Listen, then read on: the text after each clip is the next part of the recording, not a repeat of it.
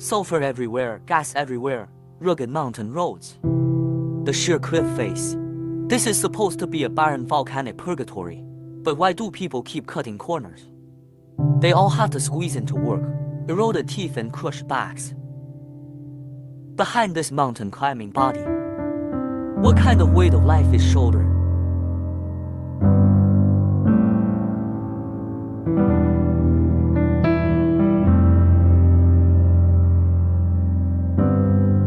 Welcome to the Junta documentary.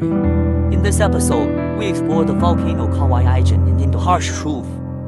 Indonesia is the largest archipelago country in the world. Small and large islands are scattered between the Indian and Pacific Ocean, hence the name of the land of 10,000 islands, torn apart by the sea. As a result, Ibai people formed all over Indonesia. The remaining different population, and as the population diverges, more than 200 different languages have been spoken. One of the natural benefits of this archipelagic nation, it has a lot of coastlines and ports. This is the basic condition for foreign exchanges in the maritime age. But every good has a bad side. Because they have too many islands, the national geographic structure of Indonesia inevitably fragmented. The Kawah Ijen volcano is located on the eastern part of the Indonesian This is one corner of the Pacific Ring of Fire, and the most dangerous in the world. One of the most unpredictable volcanoes. Places like this aren't supposed to have human footprints, can be driven by financial interests. Every day, hundreds of miners venture there to get their money. But it's about the money.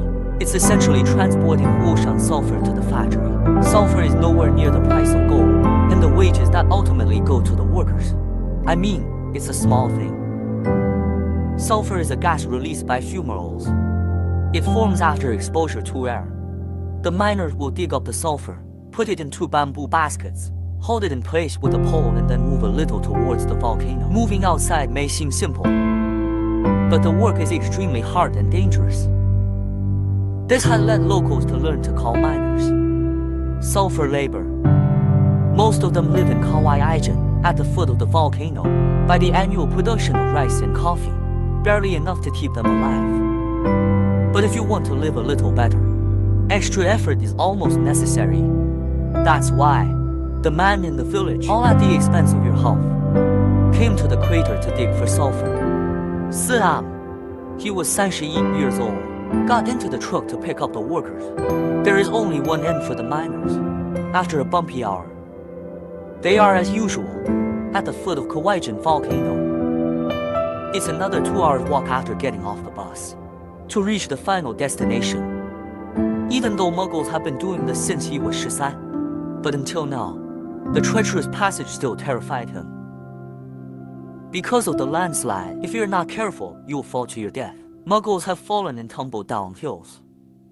He was in so much pain he couldn't stand up. The workers took him to the clinic to save a life. And yet even after all that, Marcos still thinks he's lucky. Because he had seen it with his own eyes. The whole time someone falls to their death, he knows what's behind the quick loss of a fresh life, and the beginning of a family's downfall. So he has to work in a safe manner. As you can see, the boss is not going to keep them safe. Upon arrival at the destination, Muggles are about to start his day's work. The overall workflow is not complicated. When sulfur flows down these gray pipes, when cold air freezes, the miners pry the sulfur off with shovels. Miners' lungs are put to the test while they work. Sulfur emits a lot of toxic smoke all the time. Earth penetrates the lungs through the respiratory system, but the miners can't afford gas masks.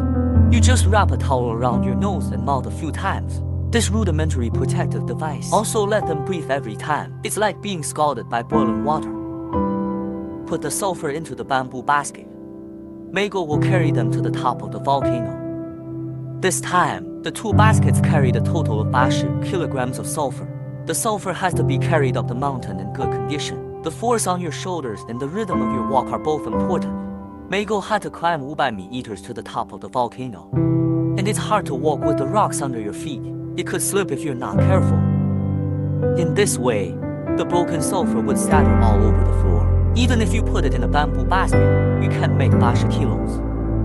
Somehow, Marcos is clearly out of his depth this time. He has to take intermittent breaks. Take a drink of water to relax. Relieve your fatigue before continuing on your way. Margot knows smoking is bad for your health, but tobacco is a must for almost all miners. Just because smoking reduces the bitterness in the mouth where the gas is inhaled. If they want to work longer, it has to be neutralized by smoking. But you know, smoking is also directly damaging their lungs. At this time, my brother must speed up the pace of climbing, because smoke had begun to spread up the mountain. And that smoke is the biggest ice source of bronchitis. Even more serious is the possibility of cancer. But only for a few seconds, the smoke swallowed the muggles. He covered his nose and mouth with a towel, but I still feel severe pain in my lungs. And after 2 hours of fighting pain and exhaustion, Muggles finally made it to the top of the mountain. But it's not too late. There's still 5 kilometers to go. This is where work experience comes in. Margot has to make his own pace to conform to the rise of the burden. Keep your balance on the lower side. One side should exert the least effort. This is a seemingly simple set. In fact, it requires a lot of basic skill and experience. After walking like this for 20分钟, youths, Marcos is at the first transit point. This is the middle of the volcano river plant. All the miners are weighed here. The weight shown on the scale is 75 kilograms. Muggles are obviously not happy with this number. He jumped 86 kilos yesterday. And today this reduced income. I can't even go home without it. In fact, only a handful of miners can make 80 kilograms. And Mako is definitely one of them. One of the best miners. His personal record is 116千克. After all, the factory pays the miners according to their work, to incentivize miners to collect more sulfur. €0 per kilogram of sulfur. Wages are daily, and the rest of the bits, the accountant will substitute sugar and cigarettes. My brother carried a total of 2 trips today. 160 kilograms of sulfur were collected. His lungs were tortured for 11 hours. The final salary was just €5. Although the salary is compared to their work, very little, but their income, that's twice the local average. High risk means high reward. But my brother is not satisfied with such returns, because he knows workers in factories earn more than they do. How much a worker was paid for each kilogram of sulfur he handled? 7 times as many miners, and they're at the bottom of the food chain. There is no room for negotiation. Not only can walk, and a lot of people are gonna be pouring in. 4 p.m. After an hour of being confused in the car, he returned to his own home. Uneven ground, a leaky roof. This is the poorhouse that Ma said, but also a warm sweet, honey's family of 5. Mago's wife cooks, complaining to the camera, even though Muggles have been overworked. But their income level, you can only eat meat once a week. My wife's dream is to buy a TV set. Ma, on the other hand, is struggling to pay for his 3 children's school, and there are no recreational facilities in the area. So every festival in the village, the Muggles won't miss it. After the kids have been groomed, the Muggles will take them with them. Come and see a local play. It's just a show. It's actually a shamanic ritual. The performers will imitate the states of various mountain animals, eat the tribute everyone brings, and then by dancing, pray for the volcano god not to wake up. Some of them are great gods and do incredible things. Like this one, he had a sharp object in his mouth. If I cut my mouth, that bodes ill. The most direct form of expression is volcanic eruptions and gas explosions. Yet volcanic eruptions can be avoided. But if it's a gas explosion, it's a real disaster. A cloud of toxic gas will accumulate in the lake until it forms a bubble like a bomb. And when the bubble once exploded, it takes everyone around the bubble. According to Brother Ma, such explosions cannot be detected. He had experienced it himself only once, 20 years ago. It was a morning. There are probably 60 分钟 hours on the volcano. Suddenly a huge bubble burst at the water's surface. There was also a puff of smoke. All of a sudden fainted for no reason. Although they were rushed to hospital. But 4 unfortunate miners were killed.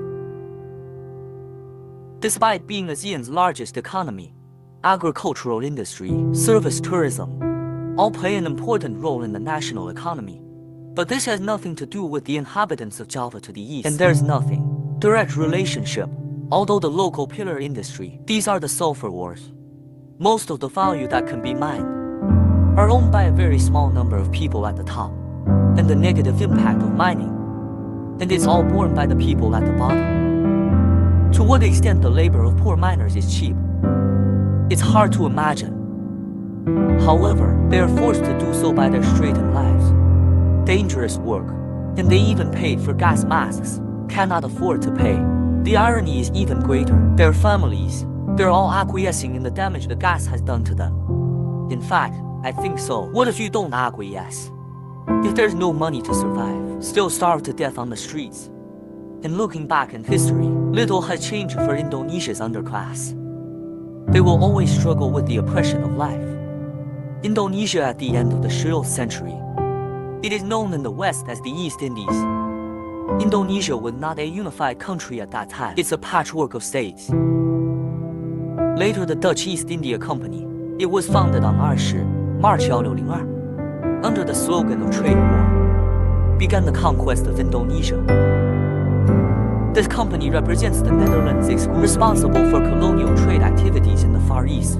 It is also the world's first joint stock limited company, and enjoyed diplomatic operations and other certain state functions.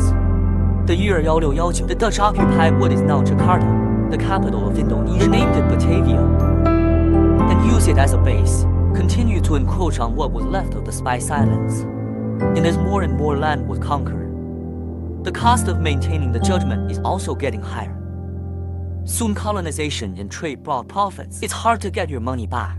So the Dutch East India Company allied with local forces in Indonesia, but these local rulers, nor does he have the influence to control his subjects completely.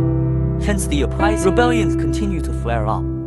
Local dignitaries are still alive and well. Scales of suffering, it's tilted toward the people at the bottom. Soon the Dutch East India Company changed its policy again. A divide and rule approach was adopted. They repeatedly meddled in Indonesia, an internal succession dispute. Sometimes it artificially creates divisions among local forces, makes it hard for them to fight alone. And Indonesian local forces in the middle of a war started by the Dutch. It consumes a lot of national power. In addition, the development of Indonesia was already lagging behind. Many places are still primitive. So the Indonesian invasion and colonization will be powerless to stop. By the mid-16th century, the Dutch built a north to Japan in the Far East, as far south as Java, West Indian Ocean, a vast trading network reaching east to the Maluku Islands. During the period when the Dutch East India Company was in full control, the Dutch colonists adopted direct rule, a model combined with indirect rule. The company will be annexed to the East Indies. The company is divided into direct jurisdiction and sweet potato land. On the crown side, the company appoints a Dutchman as governor, holds supreme power, retain the privileged status of the local Indonesian feudal princes, make them officials at all levels of the colonial establishment. So at this time, the people who suffer the most are those who have no power. On the other side, the sweet potato state is nominally independent, and it's run by Indonesians. But the Dutch East India Company stationed officers, but with great power. These stationing powers directly interfere with the succession and supervise them at the implementation of the East India Company's slavery treaty. Before the collapse of the Dutch East India Company in 1799, Netherlands against Indonesia. For long by years they colonized and plundered. But the company collapse does not mean the end of the misery for those at the bottom. Because of Napoleon's ravages across the continent, and Britain as a rising star, Dutch transcendence, Indonesia again in the decade 1806 to 1816. It was occupied by Britain and France after the Anglo-Dutch Treaty of London. The Dutch took control of Indonesia from the British. The year 1870, the Dutch introduced land laws and neo-colonial policies in Indonesia, leased land to foreigners and locals. When foreign capital poured into Indonesia, local plantations and businesses began to set up. The development of money and commodity economy. It also accelerated the disintegration of the old social structure. In the policy of national hierarchy, the Dutch colonists were. The inhabitants of Indonesian land are divided into three classes. Europeans and Japanese are first. Oriental, for example, the Chinese and a small number of Arab were second class. Indonesians were third. By the end of the 16th century, The Netherlands had been in the stage of primitive accumulation, transition to monopoly capitalism. Simple raw material input, it no longer meets their needs. The Dutch aim at this time is to put Indonesia. It has become a place of export and investment for Dutch industrial products. Meanwhile, Dutch policy towards Indonesia has changed dramatically. One of the most influential is the implementation of moral policies and open the right of Indonesians to education. Merely, this is not intended to promote culture and education in Indonesia. It is for the purpose of civil education, thus serving the Dutch in India more effectively, the colonial rule of Nepal. But objectively speaking, lifting restrictions on education, the awakening of the national consciousness of the birth of a group of independent liberation pioneers, later in the national liberation movement, played a key role. 1942 during World War I, Dutch Indonesia was again occupied by Japan, became a Japanese colony. During the period of Japanese rule in Indonesia from 1942 to 1945, Indonesian nationalists represented by Sukarno had dreamed of using Japanese power, restoration of national independence for Indonesia. But this is just fantasy and fantasy. Whether it's Holland or Japan or in the old days, Britain or France, its essence is only the change of colonists and colonial policies, not a change in the nature of colonization. And on the eve of the end of World War I, Indonesia was again reclaimed as a colony by the Dutch. Merely after hundreds of years of being at the mercy of men.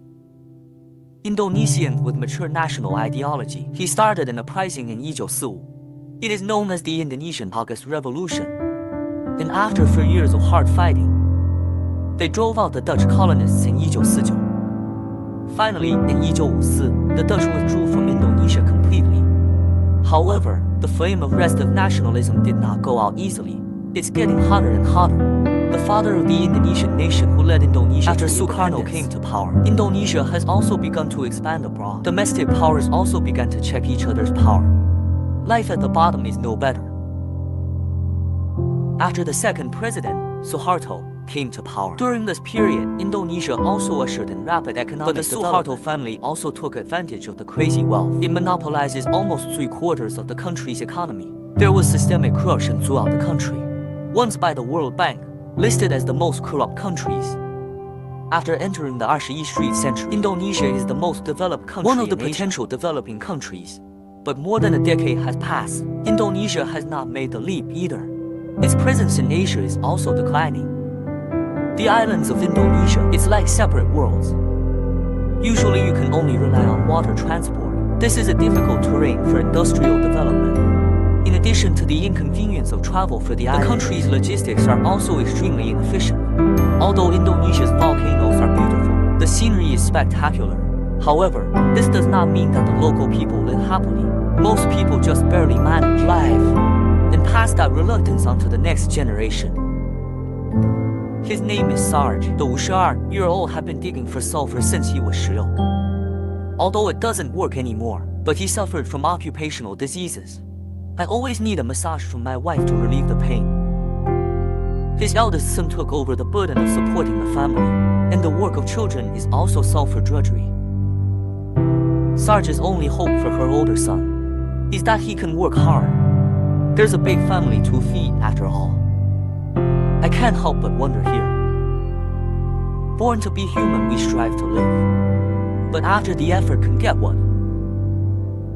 Speaking of effort, I'm afraid no one has ever tried as hard as these bitter brimstones. But why are they trying so hard? I didn't get to live the happy life I wanted. Harsh reality has already written the rules. Hard work if you can get rich. That too is in a relatively ideal environment. More often, effort is not always proportional to gain. At Kawayan Volcano, except for the miners, there are people in a different kind of high-risk industry. They are known locally as volcano repairmen. Sometimes pipes carrying sulfur gas leak. It creates a lot of toxic gas. At this time, a repairman is needed to plug the leaking part. Although the eyes of the smoke billowing, but the repairman can only move forward. Despite wearing a gas mask, but they're in a humid, muggy environment, 5 minutes at most. So it must be done quickly. And pipeline ruptures are often accompanied by fires. If you don't put out the fire in time, it could jeopardize the entire plumbing system. They usually rely on this pump to put out the fire. Available water pump, But due to sulfuric acid corrosion caused by mechanical agent, it doesn't work. They had to put out the flame by hand, bucket by bucket. It usually takes about 10分钟 use, and now it's dragging on for 2 hours. The repairman's name is Hendy. Like almost all repairmen, they were all transferred from the miners. Because the miners' shoulders were crushed by the heavy load, therefore they can only do light repairs. 12 years ago, when the crew was filming Kaohsiung, Hendy was photographed carrying sulfur. Face the camera, Hendy showed his pain. It was a shoulder full of holes. And this time through television, when I see myself 12 years ago, Hendy was filled with emotion, but he just laughed and said nothing. The daughter beside the priest could not help herself shed tears. On Hendy's salary, the daughter was admitted to the ideal university, but he had no idea. Father is behind, silently paid. What a great hardship. Time is quiet in a clean classroom. But that was the result of my father carrying the burden all the time. The daughter made a vow to study hard, so I don't disappoint my parents. Despite the hardships, Hendy is still full of gratitude. After all, it was the volcano that allowed him to feed his family. If there's no volcano, his village, there will be more thieves and robbers. And now life is hard enough at least to be stable. Hendy's daughter was lucky. After all, he still has a chance to go to college. The 19-year-old was not so lucky. His name is Val. He dropped out of school because he had no money. Now he decided to come to the volcano as a miner. And it happened that my brother was his first teacher. To get Val used to the job, Marge picked out a bamboo basket for him that could hold 20 kilograms. It was a good ride down the hill, but when I saw the smoke, the young man was suddenly a little discouraged. After all, it's really not a human job. Just look at what's in front of you. Val was already having trouble breathing. With the guidance and help of Mako, the sulfur had been placed in the bamboo basket of the little tile. My brother, after dictating the essentials of picking, Val made his first attempt. But you can definitely feel it. The weight of the 2 bamboo baskets is not the same. So after the readjustment, Val's on the road again. I can tell by the slippers under my feet. Val wasn't prepared this time. It also makes the handling more difficult. But the mojo in front couldn't hold up. Due to severe pain in the foot, he had to stop and rest. But even if my brother is not in good shape, he's also a lot faster than Val. And the thing that really bothers Muggles the most is actually Val's physical exertion. So much so that he himself had to stop several times to accommodate Varna's alarming pace. When they reached the top of the mountain, it's taken twice as long as usual. But even so, Small Tile still got the Ma brother's affirmation. He persevered, after all. And many of Ma's former apprentices have fallen by the wayside. Val jumped a total of 30 kilograms this time, not half the size of Muggles. First chance, let him decide he's in it for the long haul. Because of the apprentice, Margot did not complete the day's sulfur mission, so he had to light a fire at night and start again. We have to get to the crater early the next morning. And here in this cabin in the mountains, there are many people like Majo who go into the mountains at night. They must rest first, and then wake up at 4 a.m. and go into the mountains.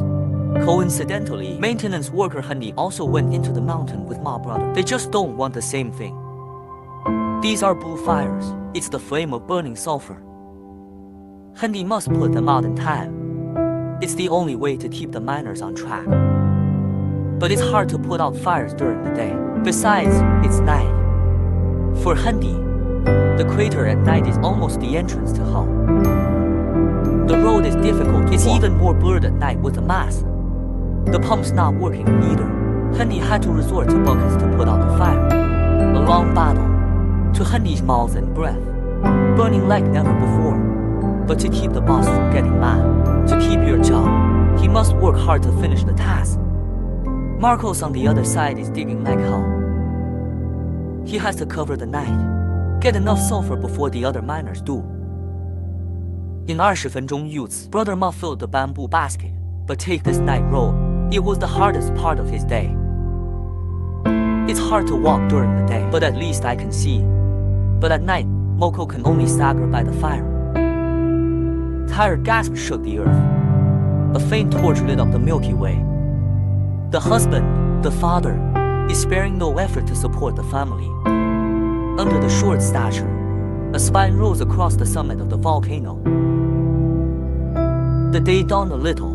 The family must be waking up soon. Chemical's work isn't over yet. He's just taking advantage of the lack of people. Sees all the time. Carry as much sulfur as you can. And the reason why today is so rushed. But there's another reason. Because he had to go to the hospital for tests. It was also the first physical examination of his life. With his wife and daughter, Brother Ma went to the hospital as slowly as possible. But it's clear, he didn't want to go. Because it's better not to check. In case something goes wrong with the test. How would he face his family? His shoulders are badly deformed. Under the dark skin, is soft and purulent inside. And compared to the shoulder, the condition of the lungs is more worrying. After an examination, my brother still heard from the doctor. He never dared to face the prison. Real. The doctor told him to stop his prison job at once. Shoulder were secondary. The main respiratory problems have been quite serious. If we don't intervene in time, the consequences would be terrible. At the foot of Kawayan volcano, the average life expectancy of a miner is no more than 60 years. In order to prolong life, many miners had to change careers. Think of Sarge, 52. He passed his work on to his eldest son. That struck me. As sad as it seems, but there is no way. Generation after generation after generation of suffering. I don't know when to look forward to it. At the end of the whole documentary, the photographer zeroed in on those local civilians who work against the miners. Although they're home, all face difficulties eating meat, but they're still carrying sheep and all. Come to the crater to worship, to pray that the volcano god of Kawaijan would not be angry. It will give them more sulfur production in the coming year. They bury all kinds of meat in the pit. He was murmuring, very devout at heart. I see this and I think, perhaps poverty is not an obstacle that limits one's development. Cute girl is. If possible, I still want them to walk out. Go on a tour, to sell sulfur crafts, even as a rickshaw puller. These occupations are far less labor-intensive and more lucrative than mining.